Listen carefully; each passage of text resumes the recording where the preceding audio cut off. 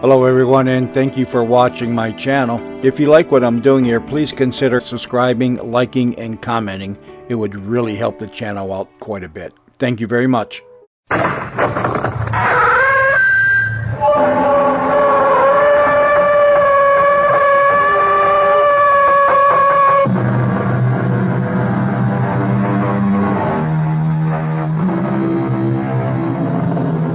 Come in. Welcome. I'm E.G. Marshall.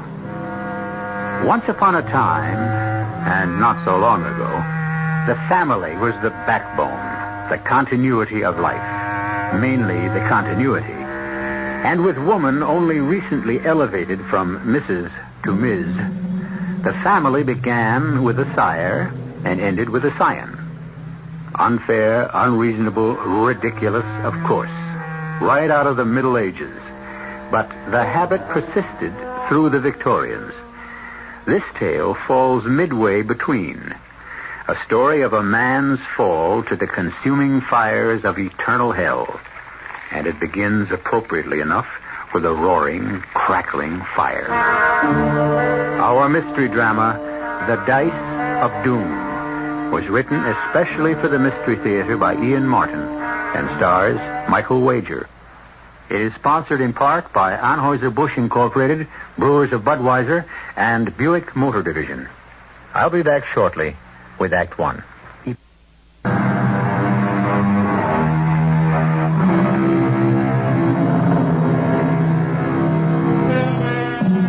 The fascination of the future. It haunts and tempts all of us. If we could just know what it held for us. But that's only because if it should be bleak or full of disaster, the human heart cannot help but believe that foreknowledge would help us somehow to change it. But in saner moments, all of us should realize it is far, far better not to know what fate holds in store for us. How much better Rudy Schroll would have been had he left it to luck, fortune, the roll of the dice. That is, any dice except the ones he came to own. Father? I'm still alive, Rudy. Take me upstairs. Of course, but I want to know what was in the papers you burned. Have no fear. I shall not let life go until I tell what must be told. But upstairs, please. I want to die in my own bed.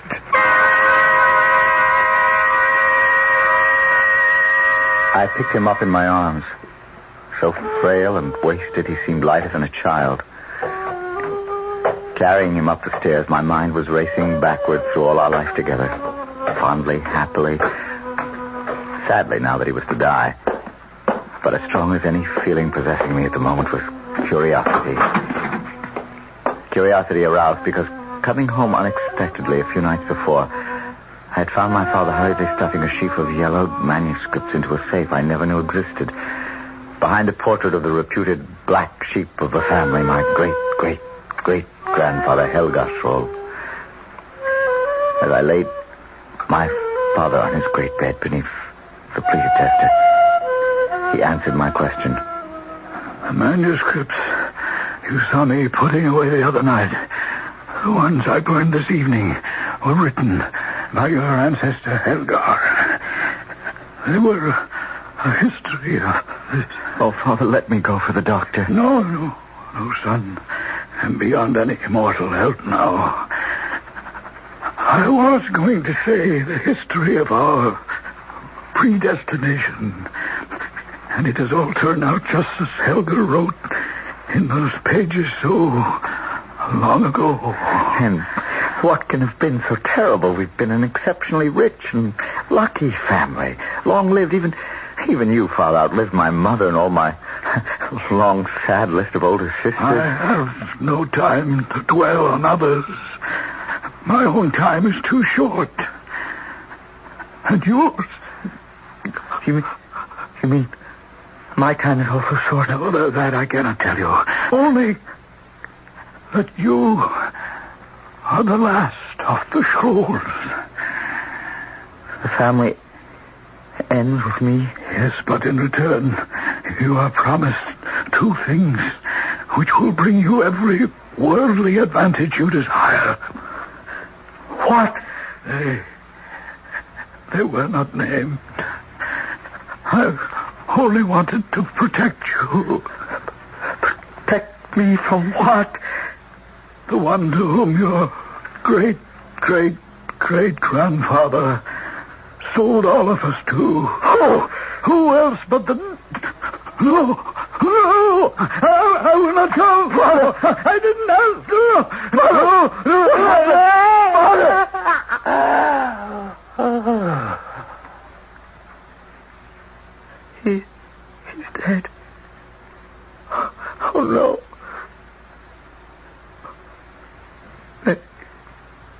May God receive you into heaven as you deserve.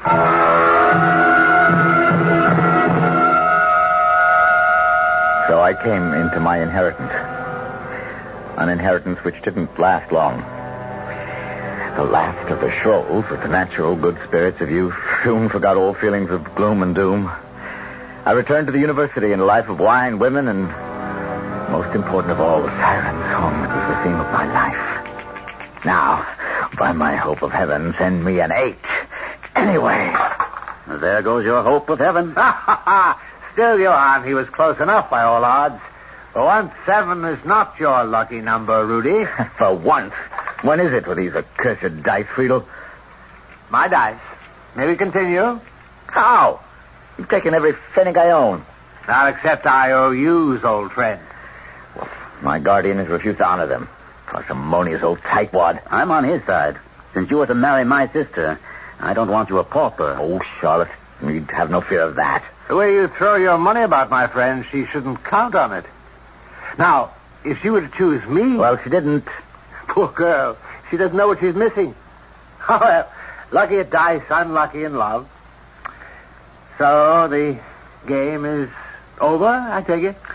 I have little taste for any further. If you need money, Rudy, borrow from me or take back what you lost. You know we're friends, and what's mine is yours or Johann. Oh, thanks, Friedel. But my guardian will be here by tomorrow and make all the wedding arrangements here, Weber. Is the date so soon? My father is close enough to members of King Frederick's court to hear rumors of war being imminent. Oh, wouldn't that be great? War? We should all be officers, we 3. We'd be commissioned immediately. Released from the bondage of this grinding charnel house of education. Doesn't it make your blood boil with excitement? I'm not so sure a man can get killed in a war. Oh, not an officer, Rudy. They're much too valuable to waste. Well, see you on the ramparts, fellow soldiers. He's such a good-hearted fellow, you can't help liking him. Well, I do in all ways except one. I'm always afraid I'll lose Lotte to him. You're jesting. My sister loves only you. I hope. I don't like his love for the battlefield. Oh, he loves war no more than you or I. He's a romanticist. It's the trappings, the uniforms that attract Friedel. At all events, I'm glad of the rumors myself. You? Yes, because it will speed up your marriage to Lotte. I think she's just what you need to settle you down before you give in completely to your other love affair. What love affair? Gambling. The dice. If I had my way, I'd see you and Charlotte married tomorrow. As it happened, Johann was a better prophet than he could ever have realized. Lotte and I weren't married the next day, but with foreign affairs worsening, we were married within the next month. The following weeks were the happiest of my life. Lotte brought me a handsome dowry, and at last I had control of my own estate. And then, war broke out. There was no escape for anyone who considered himself a gentleman. Johann Friedel and myself prepared.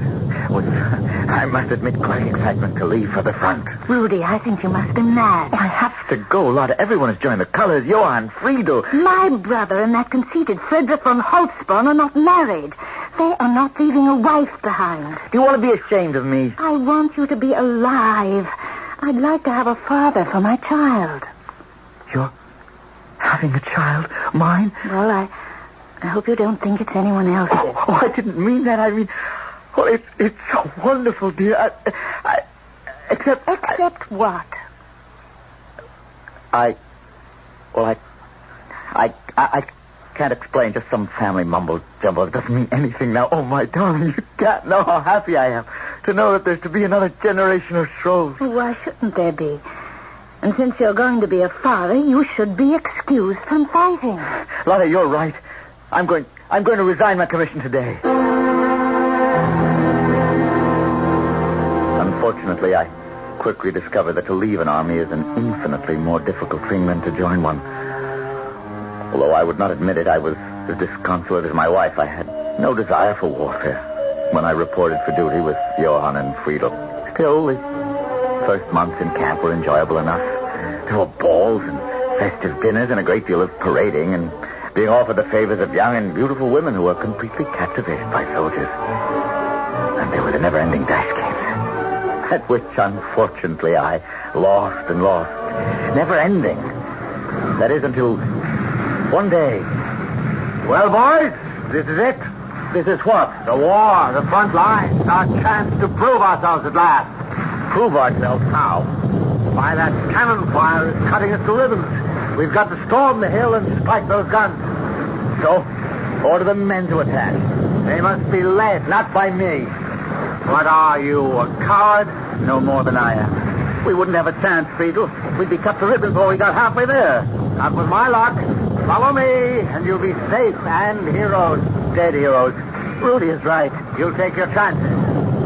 I'm going to give the command to charge. I'm your superior officer, and neither of you can stop me. Here goes.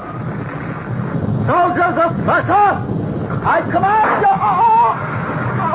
Rudy! What? You shot him! Madman. Would have let us all into that cannon fire. We'd all have been killed. But your friend, how could you kill him? I value my life more than his. If you value yours, draw your pistol carefully. Aim away from me and fire it. Why? If you don't, I'll kill you too. As you will. Here comes the colonel. Remember, your pistol has been fired too, so I saw you successfully shot the Friedel. Luck will get away with it.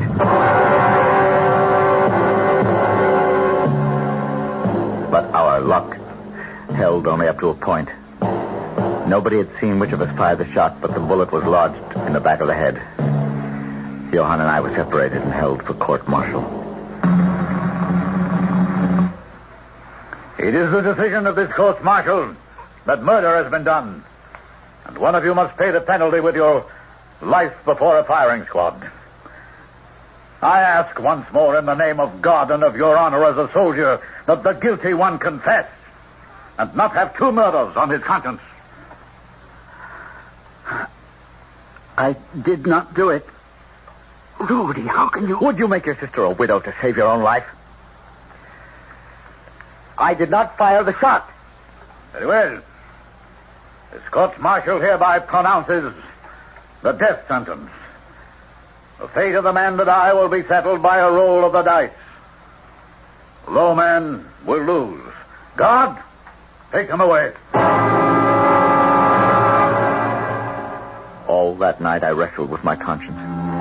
What little I had left. By morning I was almost ready to confess. Even the family prophecy was against me. With my child in Lotte's womb, I could not be the last of the Strolls. So what hope had I for the promise of the two things that were to bring me every worldly advantage I could desire? I will leave you alone with Lieutenant Stroll, Father. Perhaps you will have more luck in inducing him to confess than you had with Lieutenant Brandt. Well, my son, do you wish to confess? Father, Friedel. You're no priest. You're Friedel. The man I killed.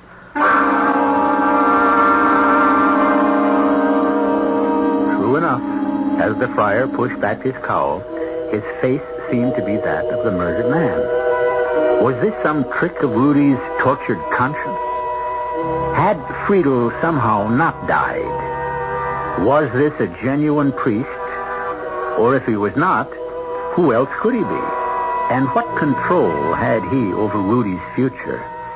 I'll return shortly with Act 2.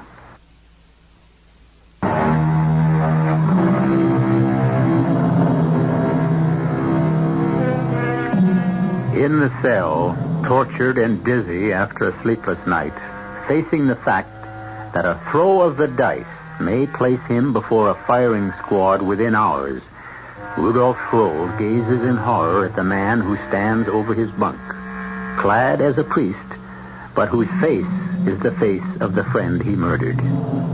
Or is it? For to his fevered gaze, the face seems to swirl and shift and take on many forms, till Rudy is sure of nothing. So, little brother Rudy, I suppose you never expected to see me again. Who are you? You don't remember me? Is it so easy to forget an old friend's face because you shot him in the back? If you mean Friedrich Halsborn. He was mad. If we'd followed him, we'd all have been killed. No doubt.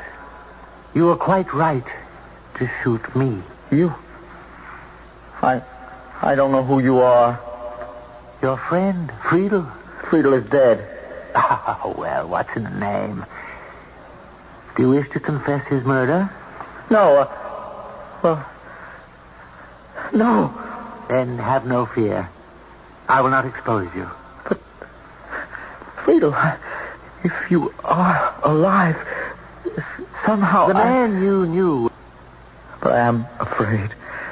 Within the next couple of hours, roll of the dice may condemn me to execution for his death. Why not? You're guilty. Oh, no, you can't trick me that easily. Dear Rudy, I can do with you whatsoever I desire. You're not Friedel. I am he whom I choose to be. For this moment, your friend. Remember the story of the manuscript your father burned? 2 things will bring you every worldly advantage you desire. They will come to you in time. In time? When? How? Who are you? I wear the frock of a priest. Can you not trust them? You are no man of God. Then you must guess who I am. Still, trust in me.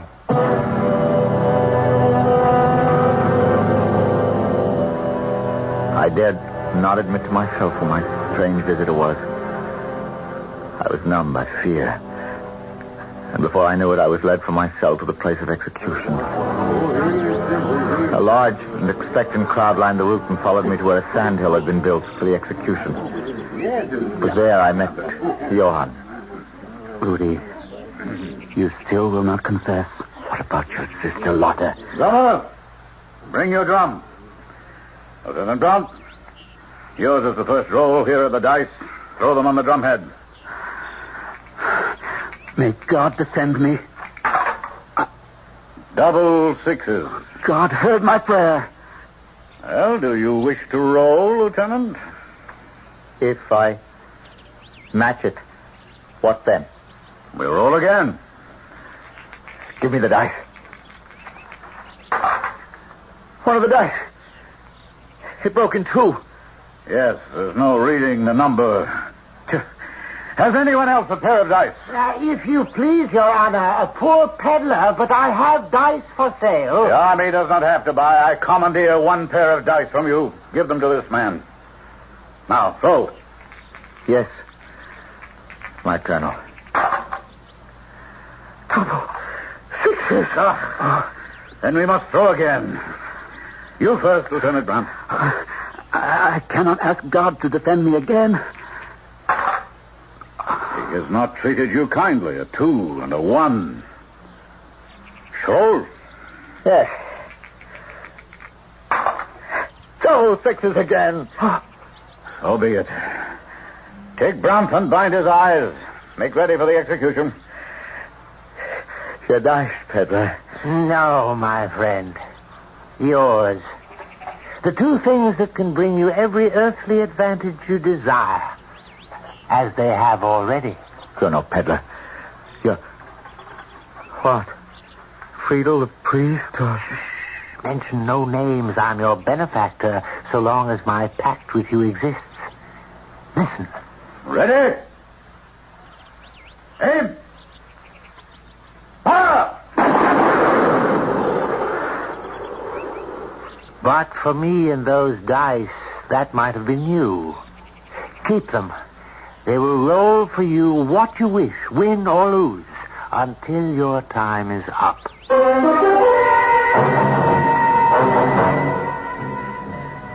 On the sandhill, my best friend and my wife's brother lay dead, riddled with bullets. My only other friend I had killed. Or had I? Was it some shade from beyond the grave who had placed the magic dice in my hand? Some magic they proved to be. I could lose or win at will, and in no time I had bought my way up out of the army. My life, even my wife's, became the lure of the gambling table. Come in. Oh, it's you, Ruby. Who else would you expect, Lottie? Oh, the stupid little maid of mine. I'm waiting for her to bring my dress. What's the matter with any of the others? And nothing I have will fit me. This child of yours is ruining my figure. Upon my word, I'm glad in more ways than one you're carrying a child. Now, what does that mean? Even as it is, the men all pay too much attention to you, and sometimes I think you to them. The baby, that's all you care about anymore. Not me, just your precious child. You don't know how important it is to me to have a son. A son. My body is just a machine to manufacture your son and heir. So help me God, if for no other reason than just to spite you, I pray night and day for a daughter. If I produced a lowly female child, wouldn't there be the devil to pay? In any case, there will be the devil to pay, my friend. Rudy? What? Are you all right? Why do you ask? You suddenly went as white as a sheet and stood there as though you were listening to someone else or something inside you. It was nothing. Well, I didn't mean to tease you about our child. If you're angry about that... I'm not angry. Oh, that'll be Elsa with my dress. Now, are you going to take me gaming tonight? Tonight? All right, but afterwards, I'll meet you downstairs in the library.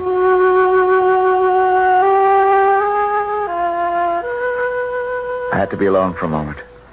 Things had been happening so fast and so fortunately, I'd shut my mind against thinking about consequences.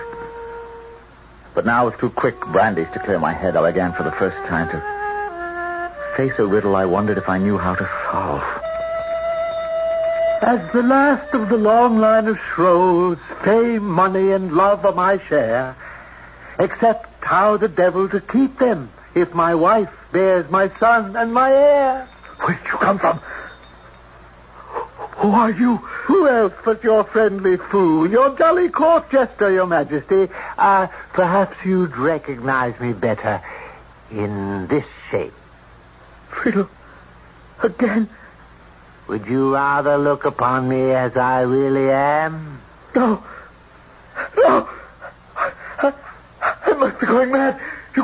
You can't be Friedel. Of course I can't be Friedel any more than a peddler, a priest, or a jester. You know who I am. You also know a pact was made with me long ago, that you were to be the last of the Shrolls, and that I would give you 2 things that would bring you every worldly advantage you desire. I have kept my part of the bargain. The devil's dice you have. But you have not kept yours. Your wife is carrying a son. There's nothing I can do about that. There is no way I can destroy my own unborn child. But I can. You have only to ask. No. Very well. You have made your choice. One last word. If you ever need me, light a fire at the last stroke of midnight, throw in the dice, laugh loudly. The dice will split, and I shall come to you.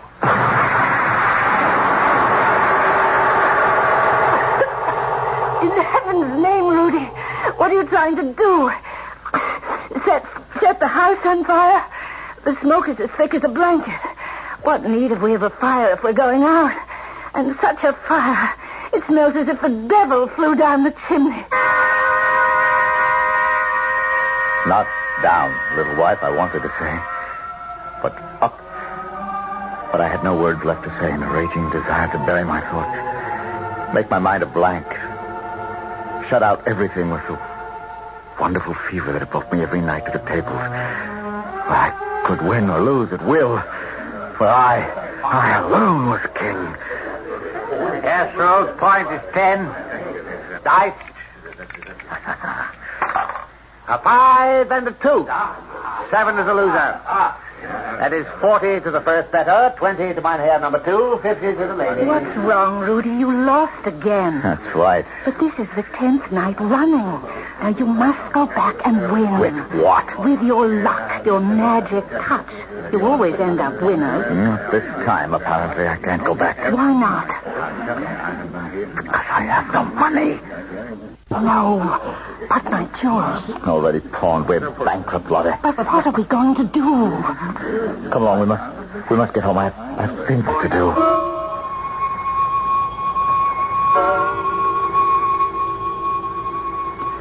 I put a sleeping powder in Lotta's evening draught that night.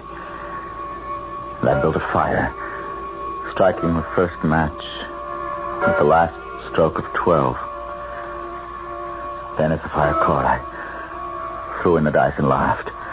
A wild, hysterical laugh with a life of its own that shook me from scalp to the soles of my feet. A laugh that became a sob. At the last moment, I tried to reach for the dice and draw them back before it was too late.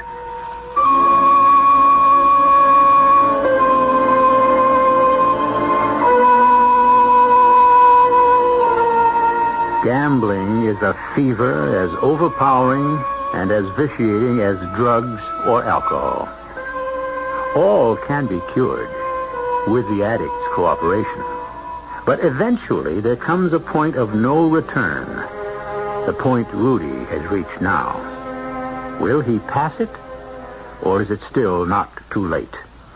I'll return shortly with Act 3.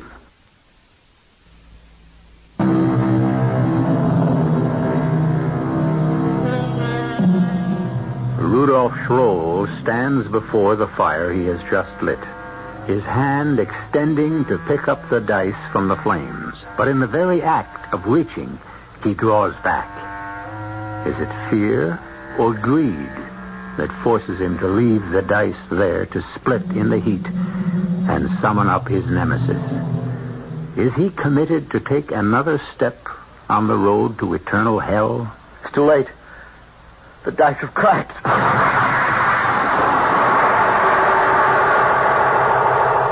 No. Yourself.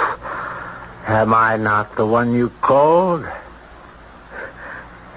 Yes, but you are always in some other form. This time the occasion is serious enough for you to see me as I am. Why did they call me? The dice. They've lost their power. Through whose fault? Nearly 200 years ago, I made a pact with your great-great-great-grandfather, Helgar Schroll. For close to 2 centuries, I have lived up to my side of the bargain, as your ancestors have lived up to theirs. Only you have tried to change the terms. I just want what any father wants, a son. A son to carry on the family name? Yes. No. My pact was for 5 generations, and I want no more of the Schrolls to trouble me. No child. But how can... Leave that to me. But I don't want my wife to be hurt. Would you rather I took you now, as I can do with your contract already broken? No. Have no fear. Your wife will come to no harm. You will live out your time on Earth, and the child would never have been born in any case. You underestimate my power, and your dice will have their magic again. See that in all else you obey me, or they will be disarmed, and I shall drag you to the pit that moment. Satan be with you. He was gone as suddenly and completely as he appeared. A devil from blackest hell. And yet as he spoke, his face had rippled like a reflection in a windy pond, and the form kept changing, ever changing, from satyr to Friedel, to the priest, to the peddler, to the croupier, and back to the satyr again. Malevolent, diabolical, menacing. For a moment it seemed a dream, and then I was looking at the dice in my hand. Whole again. And hearing the final proof. Rudy, help me. I'm losing the baby. It took a little while to raise enough to get started again. But once I had a stake, I was merciless. When I cleaned out everyone's pocket in one town, I'd move on to the next. We lived up to every magnificent penny I made. Our parties were legendary, haunted by every profligate in Europe, stained by every sin in the lexicon. Lotte failed to recover her figure.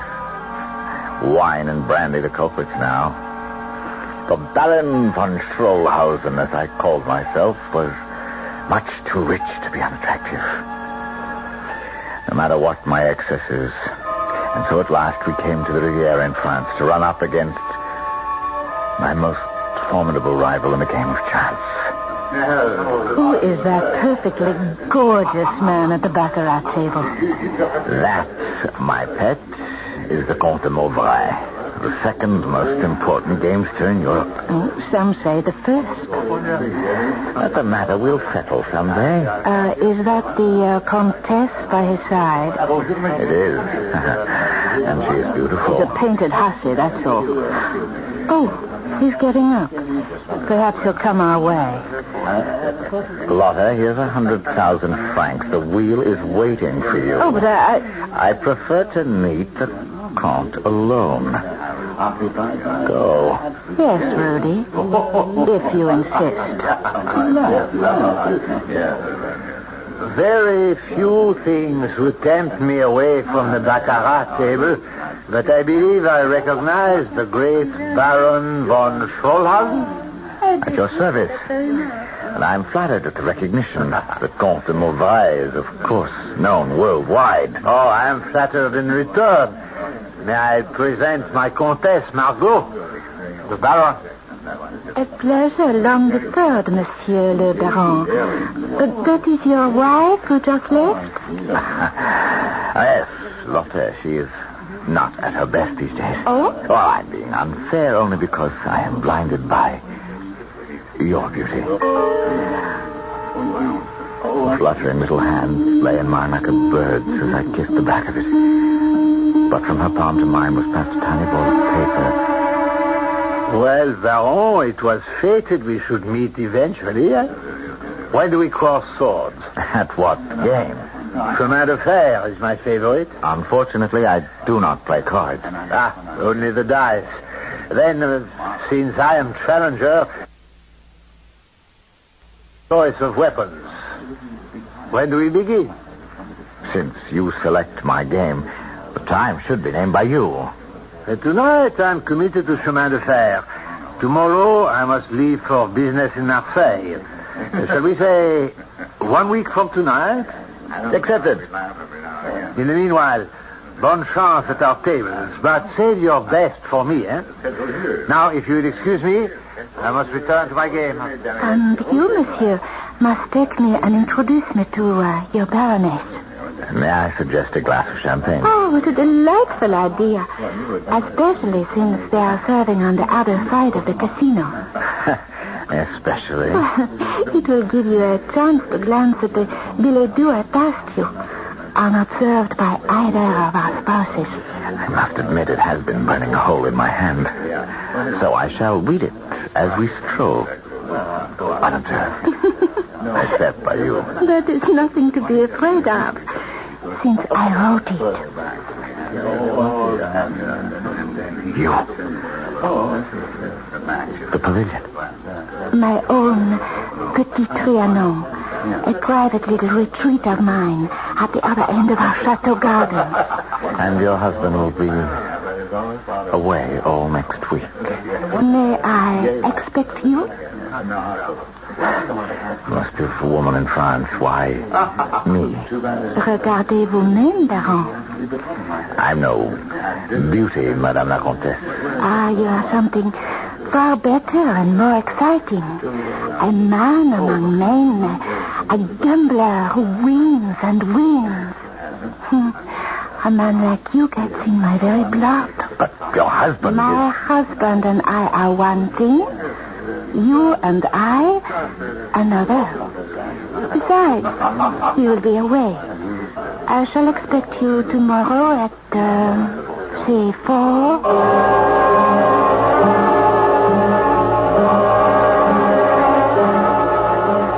You are marvelous.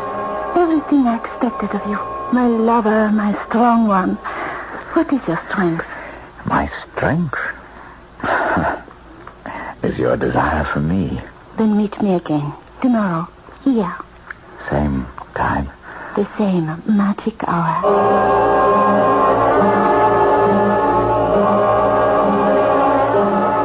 What makes a man a gambler, Rudy? I don't know what makes a man a doctor. Study, dedication, desire. Well, for a gambler, the first two, but the third, that's a fever, Margot.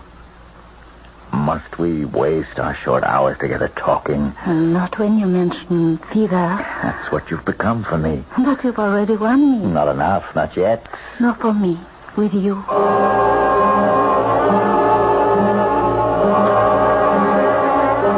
What I really meant yesterday, I suppose, was what makes a man a winner?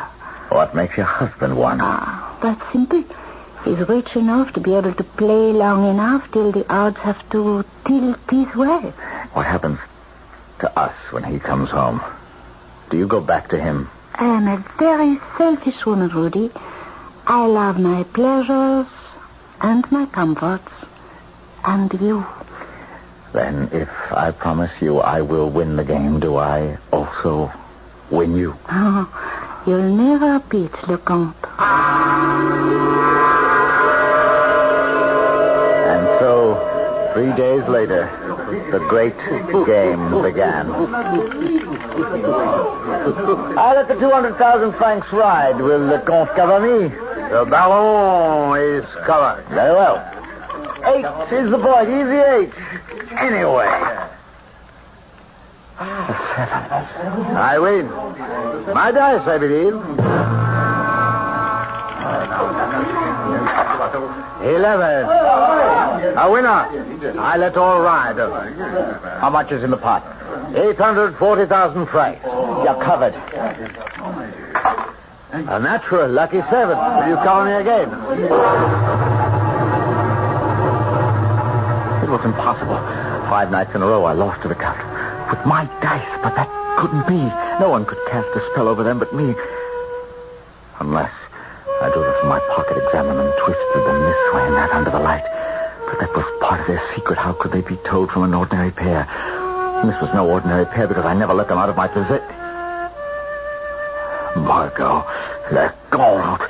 I'd been taken in by one of the oldest tricks in the world. Where are they, Margot? Rudy, where? My dice! You stole them from me to give your husband. Rudy, don't be silly and put down those pistols. I suggest the same thing. So you're here, Monsieur le Comte. Very well, my dice. Oh, I swear I'll shoot that witch and charm them away from me. I don't have your dice. I warn you. I'll shoot her if you don't give them up. Shoot and be damned. Dieu. No. Mon Dieu. You've killed her. Just as I'll kill you to get my dice back. They are not yours, Rudy. They're mine. And I decided it was time to take them back. Poor Margot. Still, her death will serve a purpose. You will be guillotined, my friend. But don't worry. When you join me, I'll rejoin you. Damn you, my dice! You can't damn me. You think not? That was enough to kill me when I was feeble, old friend. But you need more firepower than that to stop the devil.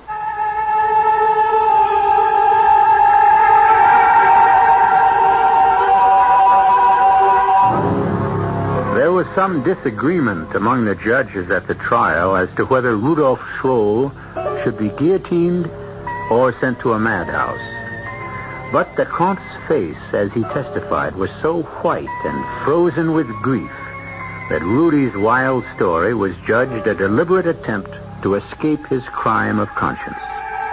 He died under the knife, fulfilling the prophecy that he would be the last of the Schrolls. I'll be back shortly.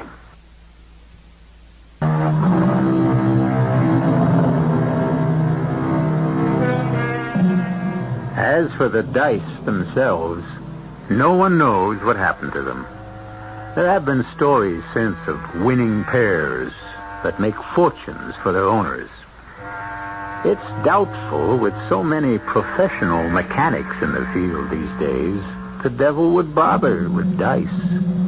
He has so many more fruitful opportunities as the world turns today. Our cast included Michael Wager, Carol Teitel, Ian Martin, Gordon Gould, and Robert Dryden. The entire production was under the direction of Hyman Brown.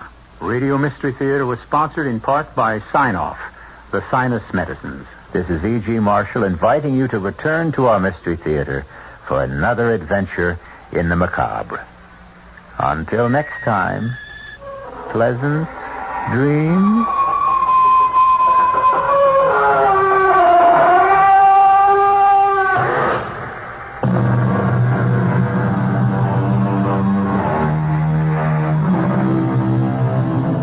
Tonight's WR Mystery Theater was brought to you in part by ShopRite Supermarkets, where you get a lot more for a little less, and by Suburban Savings, with offices throughout New Jersey.